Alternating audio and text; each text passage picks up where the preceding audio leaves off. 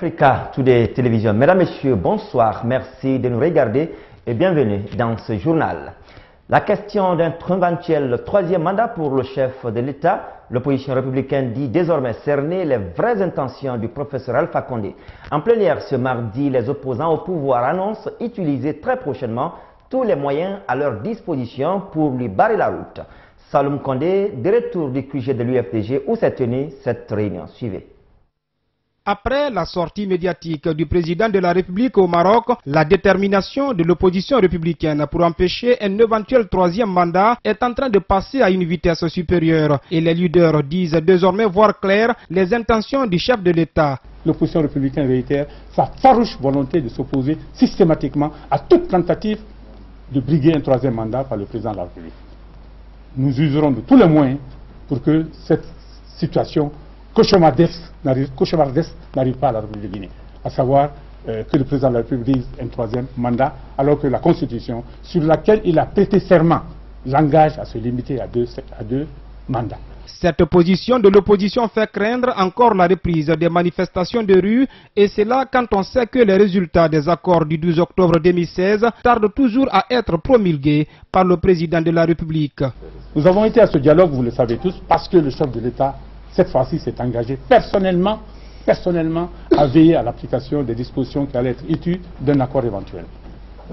Nous avons déjà été instruits, nous avions été instruits par l'expérience des accords précédents, et nous avions dit qu'il n'est plus question d'aller à un dialogue avec ce pouvoir qui ne respecte pas ses engagements. L'opposition républicaine a privilégié le dialogue, elle a privilégié la paix, elle a privilégié la négociation, mais que malheureusement, elle n'a pas d'autre choix aujourd'hui que d'user du recours que constituent les manifestations sur les places et les voies publiques, qui sont par ailleurs, évidemment, des garanties qui sont consacrées par notre Constitution. Même si le Kuntigui de la Basse-Côte interdit toute manifestation à Conakry, l'opposition républicaine, elle, ne se sent pas concernée par cette mesure du notable de la région côtière.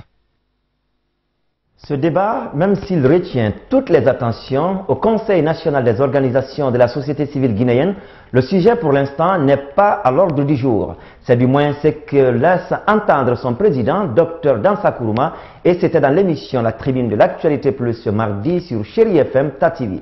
Pour le numéro 1 du CNOX, il y a bien d'autres sujets plus importants qui devaient plutôt interpeller les citoyens guinéens. Décryptage, Soirée Boubacar. Pour le moment, aucune déclaration officielle de la part du président de la République sur son intention de briguer un troisième mandat. Mais la question est sur toutes les lèvres sur la scène politique nationale. Ces récentes sorties médiatiques et les réponses qu'il donne sur cette question font croire à plus d'un que l'officialisation de cette intention ne serait qu'une question de temps. Cependant, à la société civile guinéenne, parler prématurément de ce sujet est tout simplement un gaspillage d'énergie. Au niveau de la société civile, on ne veut pas gaspiller notre énergie pour faire un débat sous des mots. Je crois que la Guinée a fait son choix pendant la transition et il se trouve que toutes les forces politiques et sociales étaient représentées dans le Conseil national de transition. Même si certains aujourd'hui, par ironie du sort, se permettent de se délier, n'est-ce pas, de ce qui s'est passé pendant cette transition, je crois que le choix du peuple a été fait. Mais il revient au peuple de Guinée de tout compte faire. C'est pourquoi j'aime bien cette phrase de prendre ses responsabilités au moment opportun. En outre, Dr Dansa Kourouma dit ne pas être contre un débat pour une Afrique forte et démocratique, mais insiste-t-il, le respect de la parole donnée doit être la règle d'or des leaders du continent. D'ailleurs, il estime que les Guinéens devaient plutôt se focaliser sur les défis à relever que de passer leur temps à discuter sur des suppositions. Je ne vais pas gaspiller mon énergie. Je crois que la Guinée aujourd'hui a des défis en face qui sont importants, qui sont pertinents, au-delà de se mettre à commenter tous les jours des hypothèses. Donc, l'appétit de conservation du pouvoir n'a pas commencé par la Guinée. Tous les dirigeants, on dit que le pouvoir c'est la drogue, mais il revient au peuple aiguillonné, de sillonner le pouvoir, de le donner à qui il veut. Alors ce travail d'information, ce travail de communication et ce travail de mobilisation et ce travail de conscientisation, c'est la responsabilité de la société civile. En attendant que le temps fasse son travail, le président du CNOX lui réaffirme l'engagement de la société civile à rester derrière la volonté du peuple, en d'autres termes, derrière la Constitution. Pendant ce temps, c'est le Kuntigui de la Basse-Côte qui menace. Pour Elhadj Serouna Souma, plus question désormais de brûler des pneus sur les chaussées à Conakry, même pas de barricader les routes sous peine de représailles en cas de violation. C'est en substance les mots de l'autorité morale de la Basse-Côte. L'homme des Tannénais met également en garde toute personne qui achèterait des domaines en bordure de mer pour en faire des plantations. Alcéné Diallo, explication. C'est une sortie médiatique du Kuntigi qui risque encore de faire couler beaucoup d'encre et de salive dans la cité. Et là, Serouna Souma, le Kuntigi très contesté par une frange de ressortissants de la Basse-Côte, met ses détracteurs en garde. Tout cela découle d'une rencontre cette semaine de la Serouna Souma avec l'Union Mandingue à Conakry. Il a interdit désormais toute brûlure de pneus sur la chaussée lors des manifestations politiques.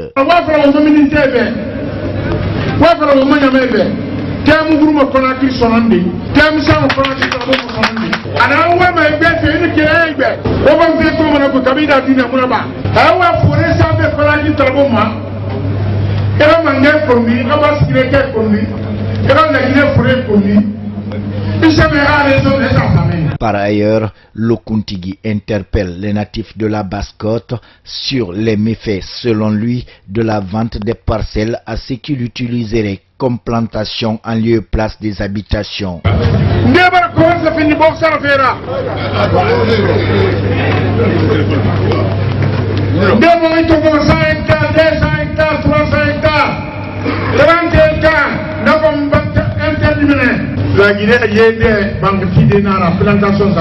Elhadj Serouna Souma a profité de cette tribune pour fustiger le comportement de certains sages qui, d'après lui, se livreraient à une mendicité sans appel.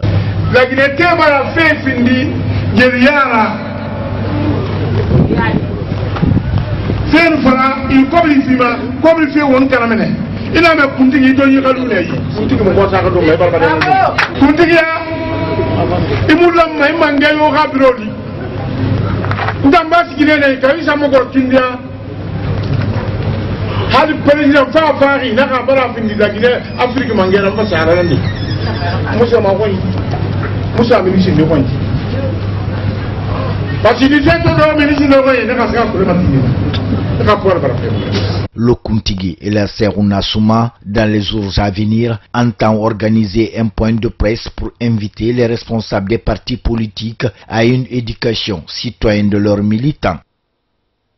Et la Serouna Souma de Tannénais. Autre sujet qui polarise les débats actuellement à Conakry, c'est bien le refus de Thierno Monenembo de prendre part à un dîner organisé par le président français à l'honneur de son homologue guinéen.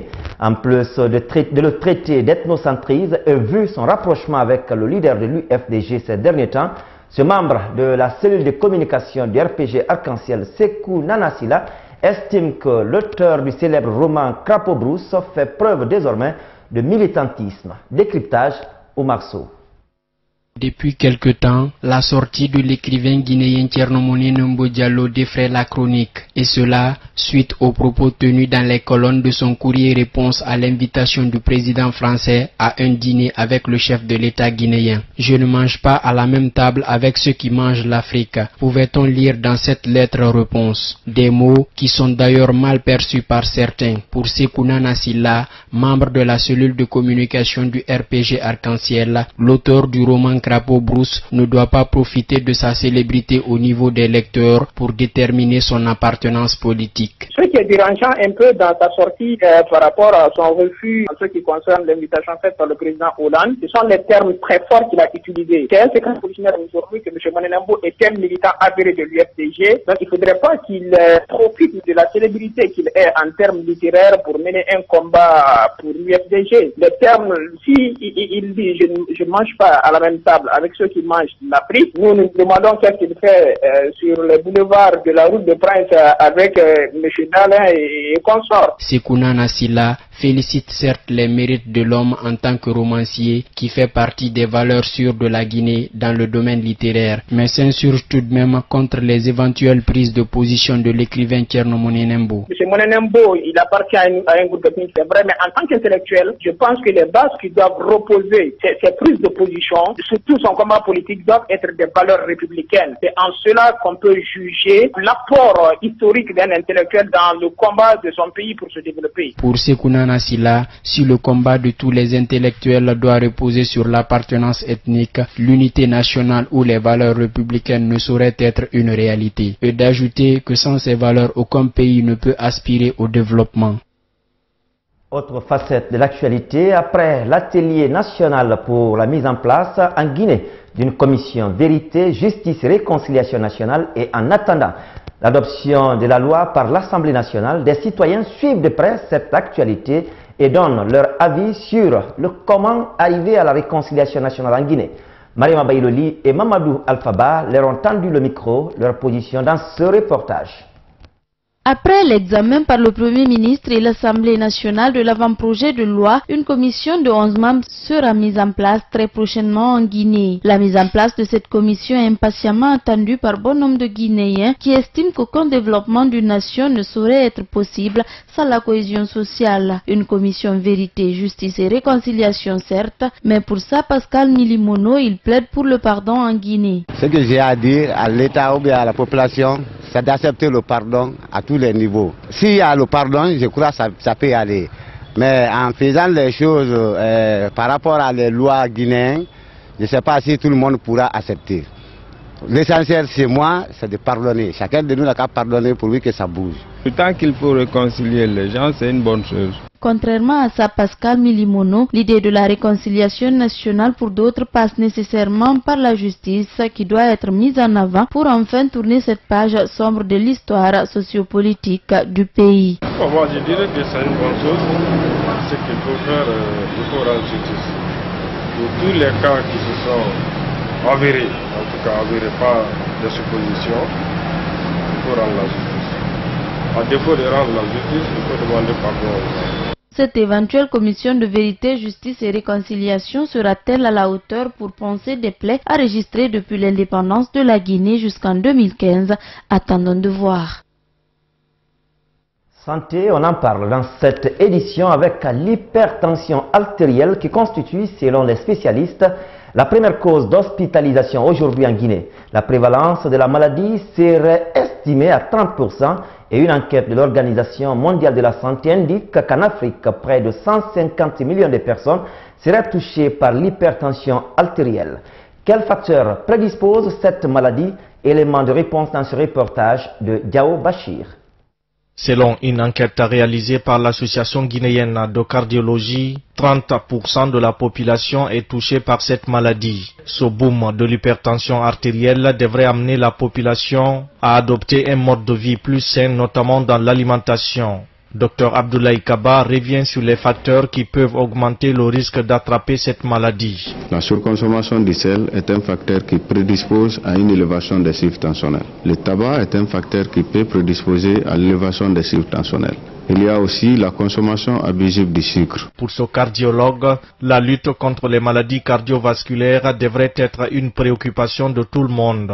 Car, dit-il, les crises cardiaques n'épargnent aujourd'hui aucune catégorie sociale. La lutte contre les maladies cardiovasculaires doit interpeller tout le monde. Parce que ces maladies-là n'épargnent personne, que tu sois riche ou pauvre, que tu sois enfant ou vieux, que tu sois femme ou adulte. Sur les 17 millions de décès liés aux maladies cardiaques par an, 8 millions de personnes meurent de l'hypertension artérielle, a indiqué le président de l'Association des jeunes médecins et infirmiers de la cardiologie. L'artiste chanteur désigné ambassadeur de l'événement Conakry, capitale mondiale du livre, dévoile ses priorités pour honorer la confiance en lui placée par le commissariat général de l'événement. En conférence de presse ce mardi, Mamadi Kamisoko, alias Azaya, dit commencer ses sensibilisations lors de son prochain concert dédicace les 20 et 22 avril prochains. Buntourabi Keita. L'événement Conakry, capitale mondiale du livre, ne laisse pas indifférents les artistes chanteurs guinéens. Le commissariat général du dit événement c'est être reconnaissant à l'endroit de ces hommes de culture qui ont un rôle primordial à jouer pour la réussite de ce rendez-vous littéraire. Pour la première fois, un artiste guinéen est nommé ambassadeur de Conakry, capitale mondiale du livre, et c'est Azaya qui portera ce flambeau.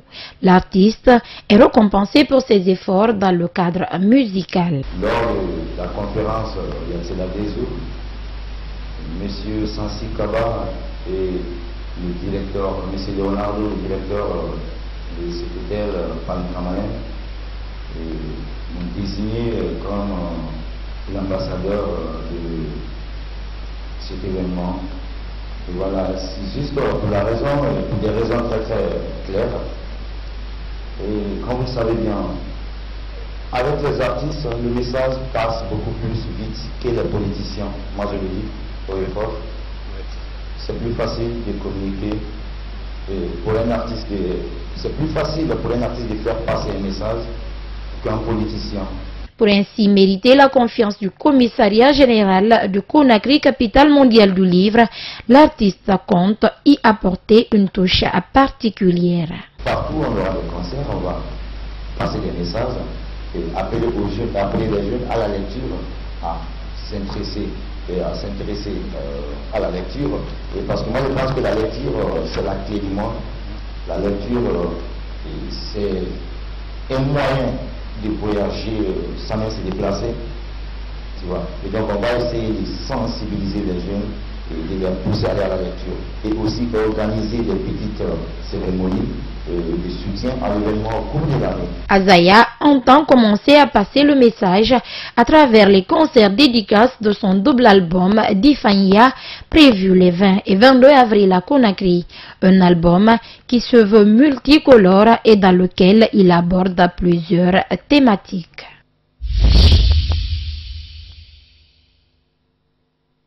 Sur le continent, alors que la corne de l'Afrique souffre de la sécheresse et la famine, le Somaliland cherche le salut dans la technologie.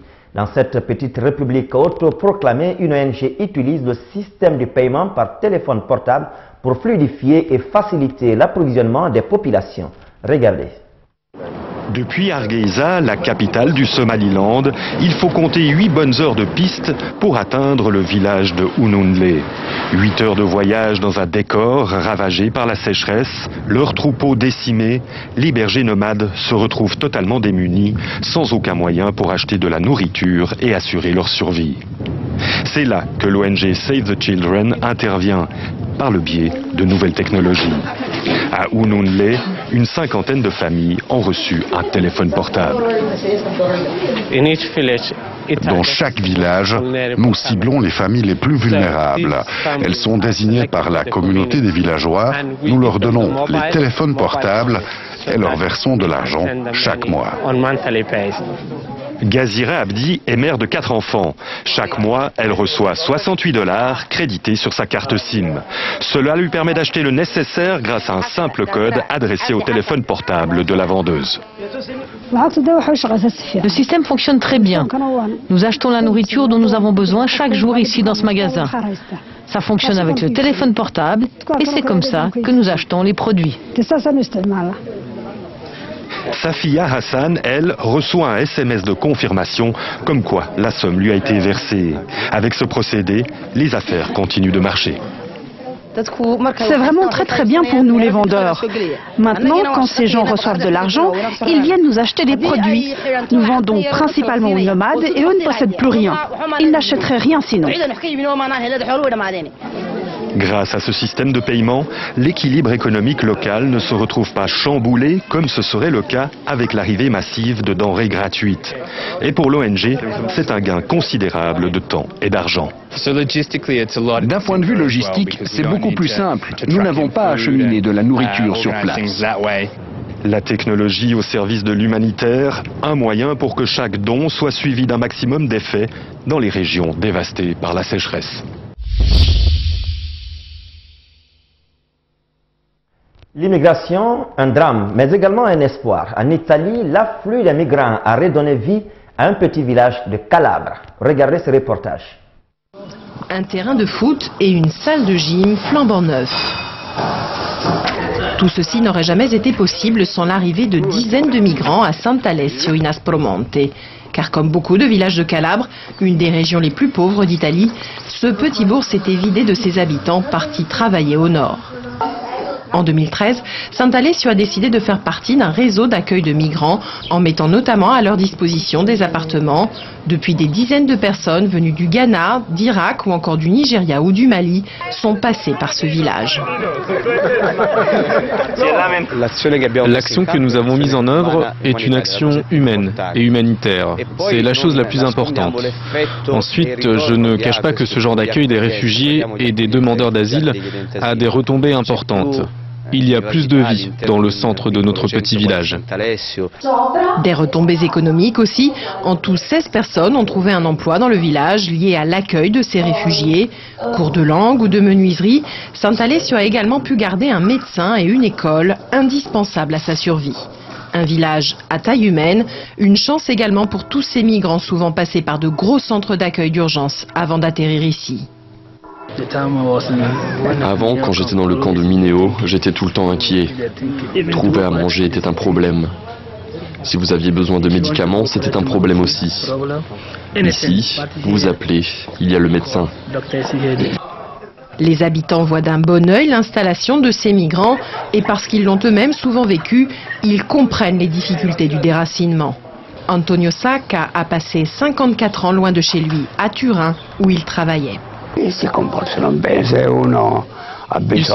bien. Ce sont de braves gens. Si on a besoin de travailler la terre, on les appelle. Ils viennent et bien sûr on les rémunère. Ils se rendent utiles.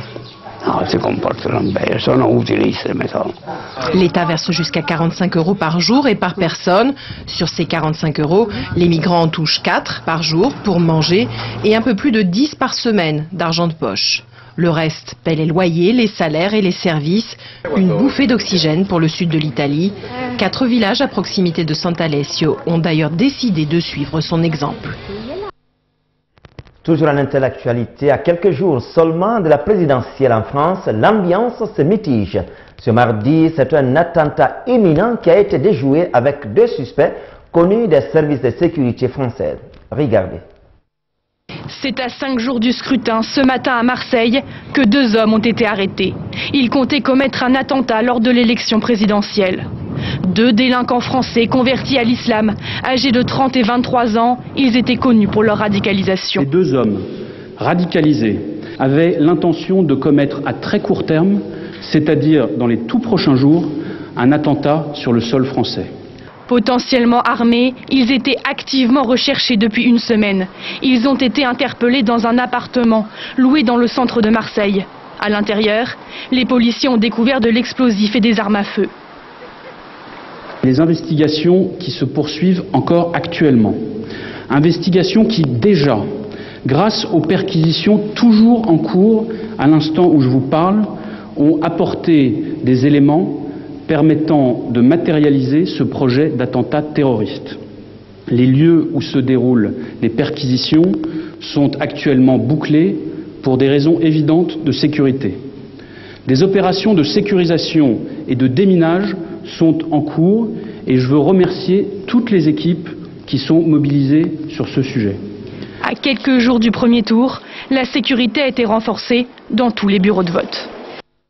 Toujours en France, côté politique cette fois-ci avec la présidentielle française dans la dernière ligne droite du marathon électoral.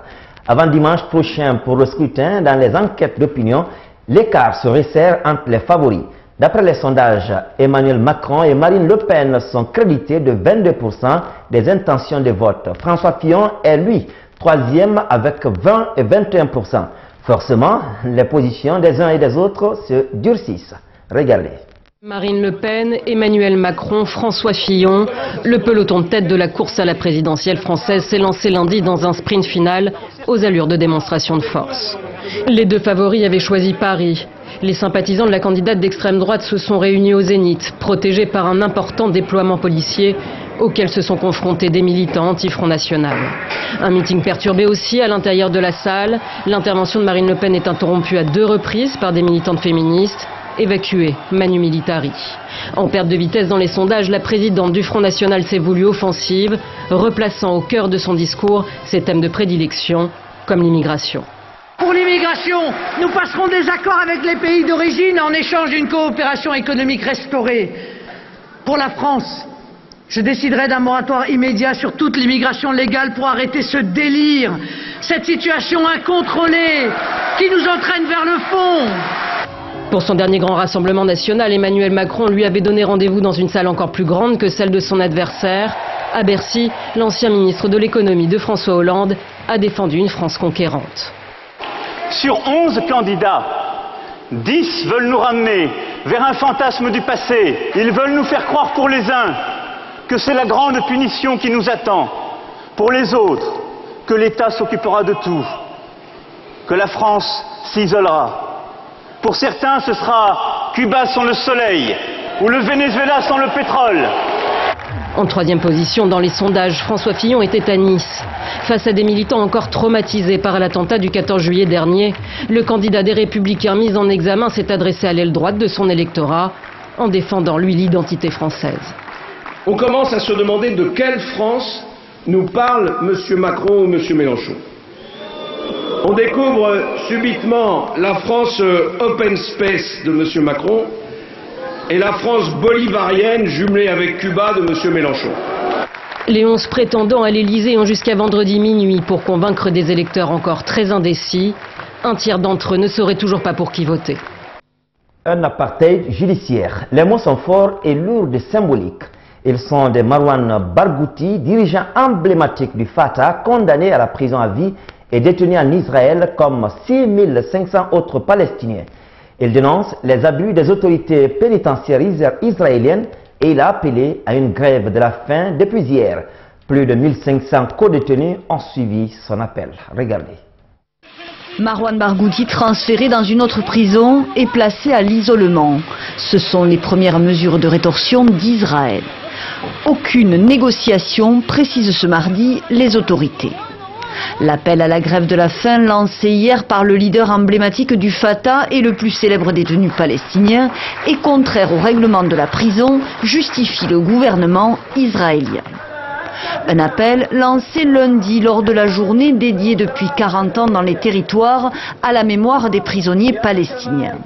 L'occasion pour de nombreux Palestiniens de manifester et de brandir notamment le portrait du dirigeant du Fatah, accusé de meurtre et condamné en 2004 par Israël à la perpétuité. Dans une tribune publiée par le quotidien New York Times, Marwan Barghouti explique vouloir mettre fin aux abus de l'administration pénitentiaire israélienne et dénonce des tortures et traitements dégradants.